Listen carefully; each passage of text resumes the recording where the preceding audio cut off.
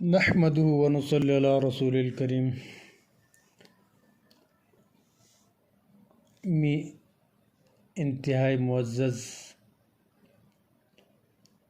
مکرم بھائیوں، دوستوں، بزرگوں، اللہ رب العزت کے احسان ہے، کرم ہے کہ اللہ نے ہم سب کو مسلمان پیدا فرمایا، مسلمانوں کے گھر میں پیدا فرمایا اور ہمیں ایک عظیم الشان کلمہ دیا ہے، لا الہ الا اللہ محمد رسول اللہ۔ اس کلمے کا معنی یہ ہے کہ اللہ تعالیٰ کے سوا کوئی عبادت کے لائق نہیں اور محمد صلی اللہ علیہ وسلم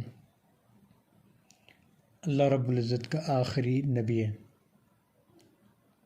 ہم سب کا یقین ہے اللہ رب العزت کی ذات صفات میں کوئی شریک نہیں، نہ بت اللہ کا شریک ہے، نہ پیر اللہ کا شریک ہے، نہ ولی اللہ کا شریک ہے، نہ پیغمبر اللہ کا شریک ہے۔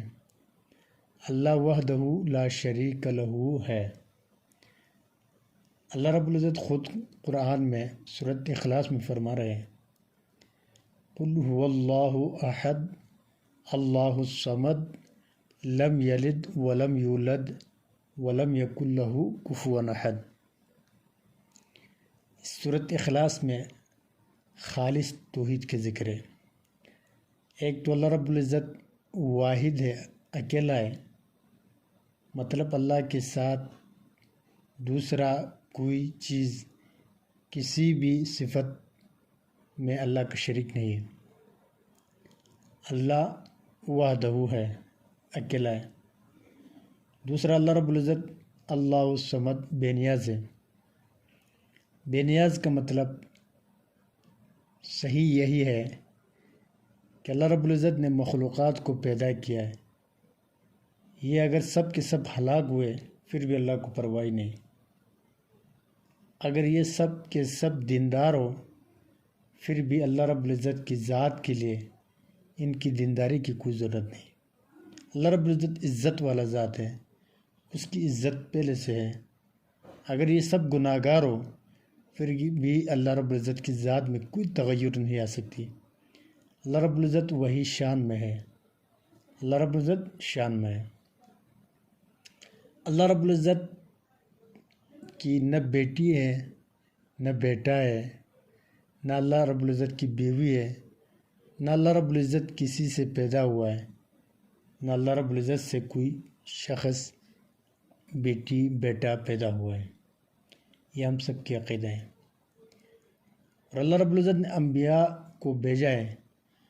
انبیاء کو بھیجنے کا مقصد خود قرآن میں اللہ رب العزت فرما رہے ہیں کہ میں مخلوقات کی رہنمائی کے لیے، اپنی پہچان کرانے کے لیے، دین کی ترویج کے لیے، تشریح کے لیے انبیاء کو بھیجا کرتا ہے۔ ان کا کام صرف یہی ہے کہ وہ لوگوں کو اللہ کی طرف بلائے، نیک کام کی طرف بلائے، برے کاموں سے اجتناب کرنے کے لیے وہ عملاً بھی تیار ہو اور خود بھی تیار ہو، دوسروں کو بھی برے کاموں سے بچنے کی تلقین کرتے۔ اور آج میں آپ لوگوں کو یوم عاشورہ کی فضیلت کے بارے میں تھوڑا سا آپ کو وضاحت فرماؤں۔ اس ویڈیو میں میں آپ کو یوم عاشورہ کی فضیلت کے حوالے سے بتا رہا ہوں۔ فقہ ابو اللیث سمرقندی رحمہ اللہ اپنی سند کے ساتھ حضرت ابن عباس رضی اللہ تعالیٰ عنہ سے روایت کرتے ہیں کہ رسول اللہ صلی اللہ علیہ وسلم نے فرمایا، کیا یہ ارشاد فرمایا، جو شخص یوم عاشورہ کا روزہ رکھتا ہے اللہ اسے 1000 فرشتوں کا ثواب رحمت فرماتے ہیں۔ جو عاشورہ کا روزہ رکھتا ہے اسے 10,000 حج اور عمرہ کرنے والوں کا ثواب ملتا ہے۔ اور 10,000 شہیدوں کا، اور جو کوئی عاشورہ کے دن کسی یتیم کے سر پر ہاتھ پھیرتا ہے اللہ رب العزت ہر بال کے عوض اس کا ایک درجہ بلند کرتے ہیں۔ اور جو شخص عاشورہ کی شام کسی مسلمان کا روزہ افطار کراتا ہے وہ ایسا ہے کہ گویا اس نے تمام امت محمدیہ صلی اللہ علیہ وسلم کو افطار کرایا اور انہیں پیٹ بھر کے کھانا کھلایا۔ صحابہ رضی اللہ تعالیٰ نے عرض کیا یا رسول اللہ صلی اللہ علیہ وسلم، کیا اللہ تعالیٰ نے یوم عاشورہ کو تمام دنوں پر فضیلت بخشی ہے؟ ارشاد فرمایا ہاں، اللہ نے آسمان و زمین عاشورہ کے دن پیدا فرمائے، پہاڑ، سمندر، لوح و قلم اور جنت بھی اسی دن پیدا فرمائے۔ حضرت آدم علیہ السلام اور حوا علیہ السلام کی پیدائش بھی اسی دن میں ہوئی ہے، اور اسی دن انہیں جنت میں داخل کیا گیا ہے۔ آدم علیہ السلام اور حوا کو اسی دن جنت میں داخل کیا گیا ہے۔ حضرت ابراہیم علیہ السلام کی ولادت بھی اسی دن میں ہوئی ہے، اور اسی دن ان پر آگ گلزار بنی تھی۔ مطلب کیا ان لوگوں نے ابراہیم علیہ السلام کو آگ میں ڈالا تھا، اور آگ ابراہیم علیہ السلام کو گلزار بھی اسی دن ہوا۔ فرعون بھی کیا ہوا ہے؟ اسی دن غرق ہوا ہے۔ حضرت ایوب علیہ السلام کو صحت اسی دن ملی۔ حضرت آدم علیہ السلام کی توبہ اسی دن قبول ہوئے۔ حضرت داؤد علیہ السلام کی لغزش اسی دن معاف ہوئے، اور حضرت سلیمان علیہ السلام کو اسی دن مملکت سپرد ہوئی۔ عیسیٰ علیہ السلام کی ولادت اور رفع نیز حضرت ادریس علیہ السلام کا رفع بھی اسی دن ہوا ہے، اور ایک روایت کے مطابق رسول اللہ صلی اللہ علیہ وسلم کی ولادت بھی اسی دن کی ہے، اور یہ بھی ارشاد ہے قیامت بھی اسی دن قائم ہوگی۔ حضرت اکرمہ رضی اللہ تعالیٰ عنہ روایت کرتے ہیں، یہ اکرمہ تقریباً گویا کہ شاید تابعی ہے۔ وہ روایت اس طرح کرتے ہیں کہ عاشورہ کا دن ہی وہ دن ہے جس میں حضرت آدم علیہ السلام کی توبہ قبول ہوئی۔ اسی دن حضرت نوح علیہ السلام کی کشتی پہاڑ پر لگی اور وہ اس سے باہر نکلے، اور اسی دن شکرانہ کا روزہ رکھا، اور اسی دن فرعون غرق ہوا۔ بنی اسرائیل کے لیے سمندر شق ہوا اور انہوں نے اس دن کا روزہ رکھا۔ تو اس سے بھی اگر ہو سکے تو اس دن کا روزہ رکھ لیا کر۔ دوسرا، حضرت محمد بن میسرہ رحمہ اللہ فرماتے ہیں، ہم نے سنا جو شخص اپنے عیال پر کھانے وغیرہ کی وسعت کرتا ہے اللہ تعالیٰ سال بھر کے لیے اس پر وسعت فرماتے ہیں۔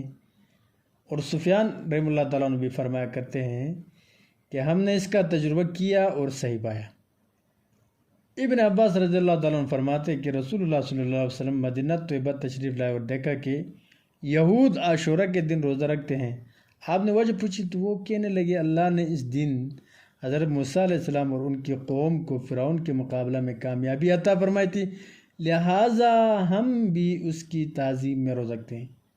آپ صلی اللہ علیہ وسلم نے اس کے بعد یہ ارشاد فرمایا، ہم حضرت موسیٰ علیہ السلام کے ساتھ تمہاری نسبت زیادہ تعلق رکھتے ہیں، چنانچہ آپ نے اسی دن روزہ رکھنے کا حکم فرمایا۔ اب میں آپ لوگوں کو عاشورہ کی وجہ تسمیہ بتاؤں گا۔ عاشورہ کے دن کو عاشورہ کیوں کہا جاتا ہے؟ فقیر رحمہ اللہ تعالیٰ عنہ فرماتے ہیں کہ اس دن کے مختلف قول ہیں۔ اس دن کے متعلق کیا ہے؟ مختلف اقوال ہیں۔ بعض لوگوں کا کہنا ہے کہ اسے عاشورہ اس لیے کہتے ہیں کہ یہ محرم کا 10واں دن ہے۔ کیا ہے؟ محرم کا 10واں دن ہے۔ بعض نے کہا اس لیے کہ اس میں اللہ نے 10 انبیاء علیہ السلام کو 10 کرامتوں سے نوازا ہے، اسی وجہ سے اس کو عاشورہ کہتے ہیں۔ بعض نے اس طرح کہا کہ اس لیے اس میں اللہ نے 10 انبیاء علیہ السلام کو 10 کرامتوں سے نوازا ہے، اور ایک قول یہ بھی ہے کہ حضرت آدم علیہ السلام کی توبہ قبول ہوئی۔ ان 10 کرامتوں میں سے ایک کیا ہے؟ آدم علیہ السلام کی توبہ قبول ہوئی۔ ادریس علیہ السلام کو مقام اعلیٰ کا رفع نصیب ہوا۔ تیسرا حضرت نوح علیہ السلام کی کشتی جودی پہاڑ پر ٹھہری۔ چوتھا ابراہیم علیہ السلام کی ولادت اسی دن ہوئی، انہیں خلیل بنایا گیا اور آگ سے نجات ملی۔ پانچواں یہ کہ حضرت داؤد علیہ السلام کی توبہ بھی اسی دن قبول ہوئی۔ چھٹا حضرت عیسیٰ علیہ السلام کو عاشورہ کے دن ہی آسمانوں پر اٹھایا گیا۔ ساتواں موسیٰ علیہ السلام کو سمندر سے نجات ملی اور فرعون غرق ہوا۔ حضرت یونس علیہ السلام اسی دن مچھلی کے پیٹ سے باہر آئے۔ حضرت سلیمان علیہ السلام کو اسی دن بادشاہی ملی اور نبی کریم صلی اللہ علیہ وسلم کی ولادت بھی ایک قول کے مطابق اسی دن ہوئی۔ اور بعض کا کہنا ہے کہ عاشورہ اس لیے کہتے ہیں کہ اس امت کو اللہ نے جن فضیلتوں سے نوازا ہے، اس دن کی فضیلت اس میں سے 10ویں ہے۔ پہلی فضیلت رجب کا مہینہ ہے، اسے اللہ نے اس امت کے لیے عزت و شرف کا ذریعہ بنایا۔ اس کی فضیلت باقی مہینوں پر ایسی ہے جیسے اس امت کی فضیلت باقی امتوں پر۔ دوسری شعبان کا مہینہ، اس کی فضیلت باقی مہینوں پر ایسی ہے جیسی کہ حضور صلی اللہ علیہ وسلم کی فضیلت باقی انبیاء علیہ السلام پر۔ تیسری رمضان المبارک کا مہینہ، اور اس کی فضیلت تمام مہینوں پر یوں ہے جیسا کہ اللہ تعالیٰ کی فضیلت اپنے مخلوق پر۔ چوتھی فضیلت شب قدر کی ہے جو کہ 1000 مہینوں سے بڑھ کر ہے۔ پانچویں یوم فطر کی جو کہ یوم جزا یعنی بدلہ کا دن کہلاتا ہے۔ چھٹی ایام عشر یعنی ذی الحجہ کے پہلے 10 دن جو کہ اللہ کی عبادت اور ذکر کے دن ہیں۔ ساتویں یوم عرفہ کی فضیلت کی، اس کا روزہ 2 سالوں کے لیے کفارہ بنتا ہے۔ 2 سالوں کے لیے کیا بنتا ہے؟ کفارہ بنتا ہے۔ 8واں یوم نہر یعنی قربانی کا دن۔ 9ویں جمعہ کا دن جو کہ تمام دنوں کا سردار ہے۔ 10واں عاشورہ کا دن ہے کہ اس کا ایک روزہ 1 سال کے لیے کفارہ ہے۔ اس کا روزہ 1 سال کے لیے کفارہ ہے۔ الغرض ان اوقات میں کچھ فضیلتیں ہیں جن اللہ تعالیٰ نے اس امت کے لیے گناہوں کے کفارہ کے لیے اور خطاؤں سے پاک کرنے کے لیے مقرر فرمایا۔ حضرت عائشہ رضی اللہ تعالیٰ عنہ فرماتی ہیں، عائشہ رضی اللہ تعالیٰ عنہا فرماتی ہیں کہ قریش دور جاہلیت میں یوم عاشورہ کا روزہ رکھتے تھے۔ خود رسول اللہ صلی اللہ علیہ وسلم بھی مکہ میں اس دن کا روزہ رکھتے تھے۔ جب آپ مدینہ پاک تشریف لے آئے اور رمضان المبارک کے روزے فرض ہو گئے تو آپ صلی اللہ علیہ وسلم نے ارشاد فرمایا، میں پہلے عاشورہ کا روزہ رکھنے کا حکم دیا کرتا تھا، اب اختیار ہے جو چاہے رکھے جو چاہے نہ رکھے۔ حضرت عائشہ رضی اللہ تعالیٰ عنہ فرماتی ہے کہ یوم عاشورہ محرم کی 9ویں تاریخ کا دن ہے اور بعض نے 11واں دن کا اور اکثر حضرات 10ویں دن بتلاتے ہیں۔ میرے بھائیو، میرا اس فضیلت کو آپ لوگوں کو بتانے کا کیا مقصد ہے؟ وہ یہ ہے کہ اللہ رب العزت کے پیارے پیغمبر حضرت محمد صلی اللہ علیہ وسلم نے فرمایا ہے، بلغوا انی ولو آیا، پہنچاؤ میری طرف سے اگرچہ ایک آیت کیوں نہ ہو۔ اس کا مطلب یہ ہے کہ جو علم آپ کو حاصل ہو اس کو لوگوں تک پہنچانے میں دریغ نہ کرنا ہے۔ جتنا علم آپ کے پاس ہے وہ پھیلاؤ تاکہ دوسرا سنے اور عمل کرے۔ جتنا اس نے سنا عمل کیا اتنا ثواب آپ کو بھی ہی ملتا ہے جتنا اس کو ملا، اس کے ثواب میں کمی نہیں آتی ہے۔ جتنا اس کو ملا وہ آپ کو بھی ملتا ہے۔ اور ہمارا تو فرض بھی یہی ہے، اس امت کی فضیلت بھی اس وجہ سے ہے کہ یہ جو بات سنے وہ لوگوں کو پہنچائے، اچھا خود بھی نیک اعمال کرے، اچھے اعمال کرے، اچھے اخلاق اختیار کرے، اچھے کام کرے، دینداری کرے، پرہیزگاری کرے، لوگوں کو بھی اس اچھے کام کی طرف بلانا ہے، ہمارا ذمہ داری ہے۔ جس طرح ہم اپنے آپ کو جہنم سے بچانے کا سوچتے ہیں، اتنا ہمیں دوسروں کے بارے میں فکر کرنے کی بھی ہدایت دی گئی ہے، ہمیں بھی حکم دیا گیا ہے۔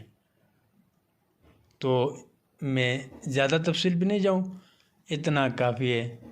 اور میں آپ حضرات سے یہ بتانا چاہتا ہوں کہ آپ بھی اس ویڈیو کو سنیں اور جتنا ہو سکے آگے شیئر کریں۔ آپ لوگوں کو شیئر کرنے سے تھوڑا پیسے تو خرچ ہوں گے لیکن دوسروں تک پہنچ جائے، پھر اگر وہ سنے عمل کرے تو آپ کے لیے بھی مکمل حصہ ہوگا۔ اللہ رب العزت ہمارا حامی و ناصر ہو۔ اللہ رب العزت ہمیں نیک اعمال کرنے کی توفیق نصیب فرمائے، برے کاموں سے اجتناب کرنے کی توفیق نصیب فرمائے۔ وما علینا الا البلاغ المبین۔